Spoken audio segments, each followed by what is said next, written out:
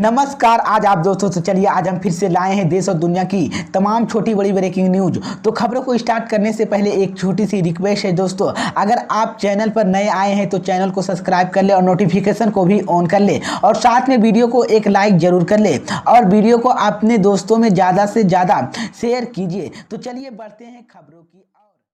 इसी बीच पर दोस्तों अगली खबर की अर्थ की राहुल गांधी की सांसद सदस्यता के आयोग करने वाले कानून के खिलाफ सुप्रीम कोर्ट पहुंचा याचिका। जी हां दोस्तों, आपको बता दें ये बड़ी खबर सामने निकल कर आई दोस्तों कि आयोग घोषित होने के बाद जनप्रतिनिधि के अधिनियम आरपीए के मामला सुप्रीम कोर्ट पहुंच गया है।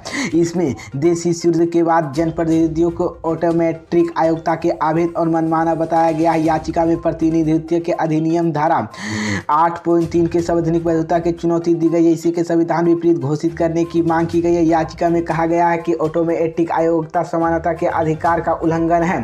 सुप्रीम कोर्ट में यह याचिका सामाजिक कार्यकर्ताओं की आभा मुरलीधरन की तरफ से दाखिल की गई है। याचिका में कहा गया कि चुने हुए प्रतिनिधि की सजा होती हुई उनकी सदस्यता जाना असंवैधानिक। दरअसल इसी धारा के तहत किसी भी जनप्रतिनिधियों को 2 साल के उससे ज़्यादा सजा उनकी सदस्यता रद्द की जाता है। याचिका में कहा गया कि वायनाड में सांसद राहुल गांधी के आयोग घोषित करने के मामला कारण सुप्रीम कोर्ट पहुंच गया है। इस बीच में आपको बता दें कि उन्होंने कहा कि याचिका दाखिल की गई राहुल गांधी के देशी विरोधी की तारीख आयोग घोषित किया गया। हालांकि अपील का चरण अपराधों की प्रकृति और अपराधों की गंभीरता और उसके प्रभाव पर समाज आदि कारकों पर विचार नहीं किया जा रहा है और ऑटोमेटिक आयोग का आदेश दिया जाता है। इस बीच में आपको बता दें कि 2013 में सुप्रीम कोर्ट ने जनप्रतिनिधियों के अधिनियम 1951 धारा 8(4) रद्द किया गया था। इसी बीच पर दोस्तों अगली खबर की अर्थ की राहुल गांधी की लोकसभा सदस्यता रद्द होने पर अशोक गहलोत ने दिया बड़ा बयान। कहा तानाशाही का एक और उदाहरण। जी हां दोस्तों, आपको बता दें ये बड़ी खबर सामने निकल कर आई दोस्तों की कांग्रेस नेता और वायनाड के सांसद से रहे राहुल गांधी की लोकसभा सदस्यता खत्म होने के बाद राजस्थान के सीएम अशोक गहलोत ने भी बड़ा बयान दिया है। उन्होंने कहा कि राहुल गांधी की लोकसभा सदस्यता खत्म करना तानाशाही का एक और उदाहरण है।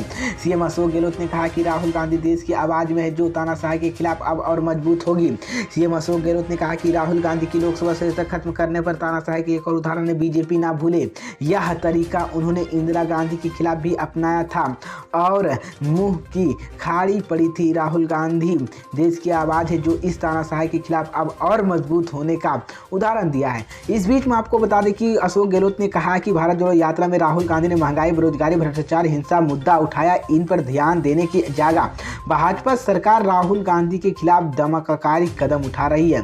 इसी को लेकर अशोक गहलोत ने इन्हीं को लेकर बड़ा बयान दिया है और कहा है कि तानाशाही के एक और उदाहरण बन गया है। इसी बीच पर दोस्तों अगली खबर के योगी सरकार ने 6 साल पूरा होने पर बीएसपी के सुप्रीमो मायावती ने बोला बड़ा हमला। जी हां दोस्तों, आपको बता दें ये बड़ी खबर सामने निकल कर आई दूसरी यूपी में योगी सरकार के 6 साल पूरे होने पर बीएसपी के प्रमुख मायावती ने बयान दिया है। उन्होंने ट्वीट कर लिखा है कि सरकार के महंगे खर्चीले प्रचार के बड़े बड़े वादे किए जा रहे हैं, अगर जमीनी हकीकत की वास्ता होता है तो सही तो वही। मायावती ने आगे कहा कि गरीब, पिछड़ा, जनता उत्साह, काम, महसूसी ज़्यादा और सरकार का यूपी खुशहाल का दावा, अधिकार का जी। और वहीं सरकार पर हमला बोलते हुए मायावती ने कहा कि सरकार राजनीति, जातिवाद, दोष त्याग दो और जनहित और जानकार पर ध्यान दे। बता दें कि उत्तर प्रदेश में योगी सरकार के 6 साल पूरे हो चुके हैं। ऐसे में बीजेपी सरकार अपने कार्यालय की उपलब्धियां गिना रही है तो वहीं विपक्षी इसी को लेकर लगातार सरकार पर हमलावर नजर आ रहे हैं। वहीं इसी वजह से अब बसपा के प्रमुख मायावती ने ट्वीट कर अपने सवालों पर के जरिए सरकार को घोरा है।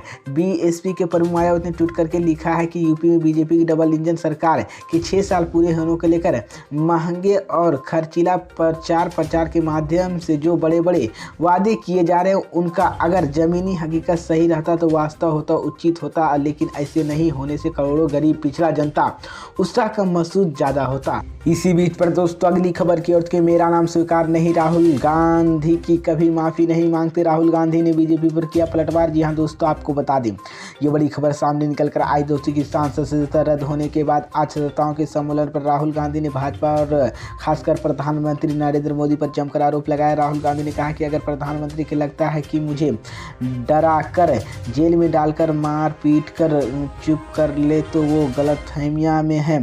प्रधानमंत्री पायनिस हो गए तो उन्होंने विपक्षी के सबसे बड़ा हथियार दिया है और मुझे इन सबसे कोई फर्क नहीं पड़ता। भाजपा के माफ़ी मांगने पर राहुल गांधी ने कहा कि मेरा नाम स्वीकार नहीं है, मैं गांधी हूं और गांधी कभी माफ़ी नहीं मांगते।